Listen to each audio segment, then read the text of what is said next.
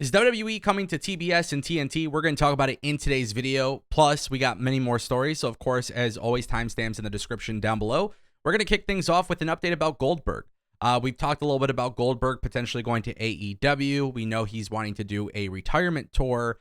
Now, there's actually a pretty big update on this because it appears that Goldberg recently had a meeting with a promoter about his future.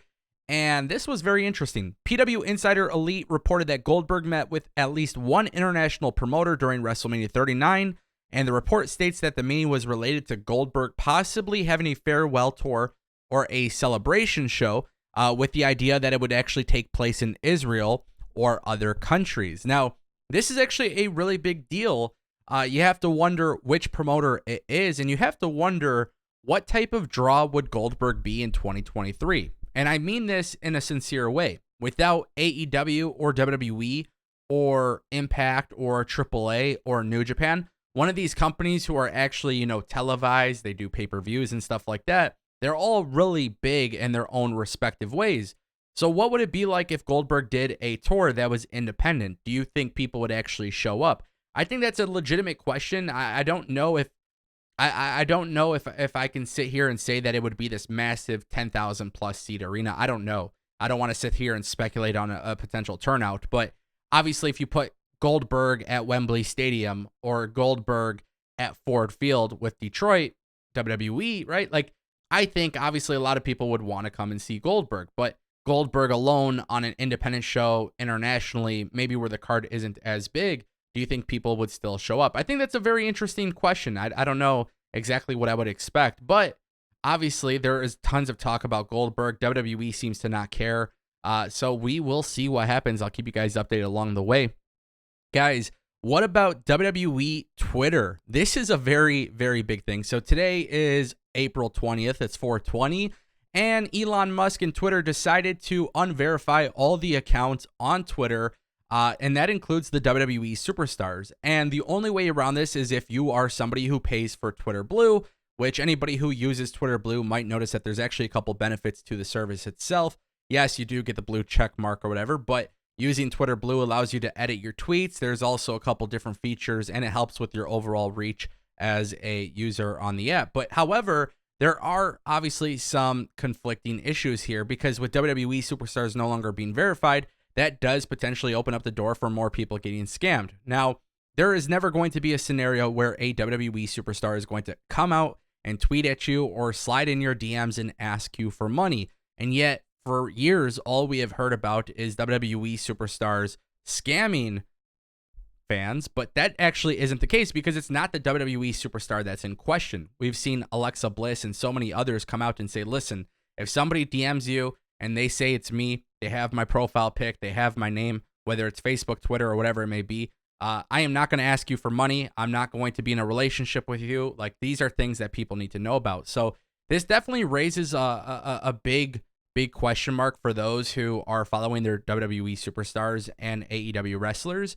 But the flip side to this is that WWE, AEW, and all of these other corporations could actually pay, and they could pay a fee for Twitter to basically verify their roster, their staff, and everything like that. So it's going to be really interesting to see how this actually goes down. I don't know. Twitter is a very, very good tool in terms of connecting with your audience and stuff like that. I don't know in what ways this will actually impact WWE superstars. But of course, if you are somebody who is using Twitter, if you are using social media, and it's not just Twitter, it's Instagram and Facebook and Snapchat and all of these other things.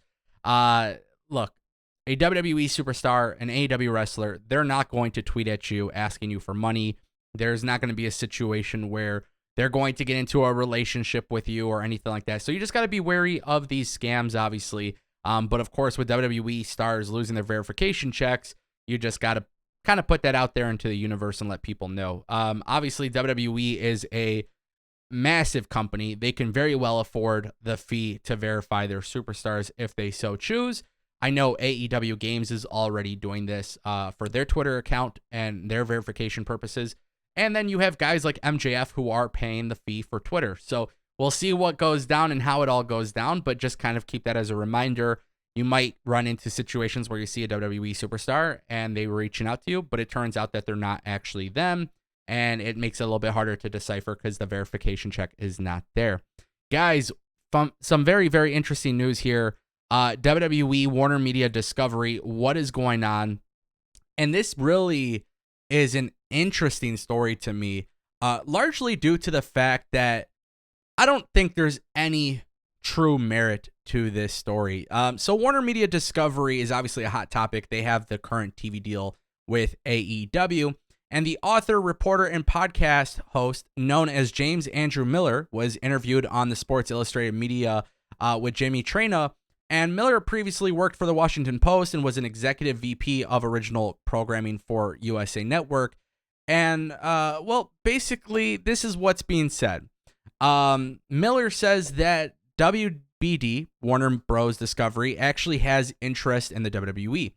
He says, I wouldn't be surprised, despite the fact that money is such an issue for them, I wouldn't be surprised if Warner Bros. Discovery would like a slice of the WWE pie. He then speculates that Warner Bros. Discovery could move Raw off of Mondays to avoid competing with other sports. They also pointed out that Warner Bros. Discovery already has AEW program and asked if WBD would want to add WWE to their existing AEW programming or if WWE would replace AEW. Miller then goes on to say, I don't know, but I know there are people at Warner Bros. Who are interested in the WWE. I don't think there's any merit to this. Quite honestly, when I look at AEW and WWE, I think AEW is doing incredibly well with the Warner Bros. Discovery executives. Obviously, getting new shows and stuff like that is a really good sign. It's a growing confidence that things are going well. And as I've said with WWE and USA Network and Fox, there's obviously a lot of confidence there that things are going well as well. So do I think WWE will be on TBS or TNT? No. I also don't think you can move Monday Night Raw. I think that would be absolutely foolish. I think WWE Monday Night Raw has to stay on Monday nights, obviously. So obviously a lot of people are talking about this. A lot of people are questioning this. You can never say never in the world of pro wrestling and television. Obviously anything can happen, but in my honest opinion, I just don't think that's going to be happening. Now, WWE leaving Fox could very well happen. I could see Raw, SmackDown, and NXT all being under the umbrella of NBC Universal, but that's a whole different topic. And then with that being said, guys, that takes us to our last topic, the WWE draft, what's going on. So now there has been tons of talk about this, but basically those superstars who were expected to debut on the Raw or SmackDown after WrestleMania obviously didn't.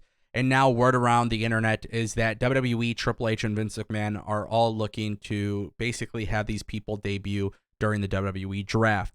That shouldn't be a surprise. I know Ringside News has been talking about this. I know Brian Alvarez has been talking about this. But it's no shock that WWE wants the draft to be a big deal. We obviously know that NXT call-ups are going to be made a big deal in the draft. I'm really hoping WWE does something special with the draft this year. They got to do something that makes it feel different, something better, something different, something unique. Because I feel like in recent years, the WWE draft really hasn't been that exciting. But this is Triple H's call, right? And we'll see what happens. So I want to know what you guys think in the comment section down below. Tons of big things happening in the world of pro wrestling. I'll keep you updated. Oh, yes, I will. Thank you guys so much for watching, and I'll see you next time.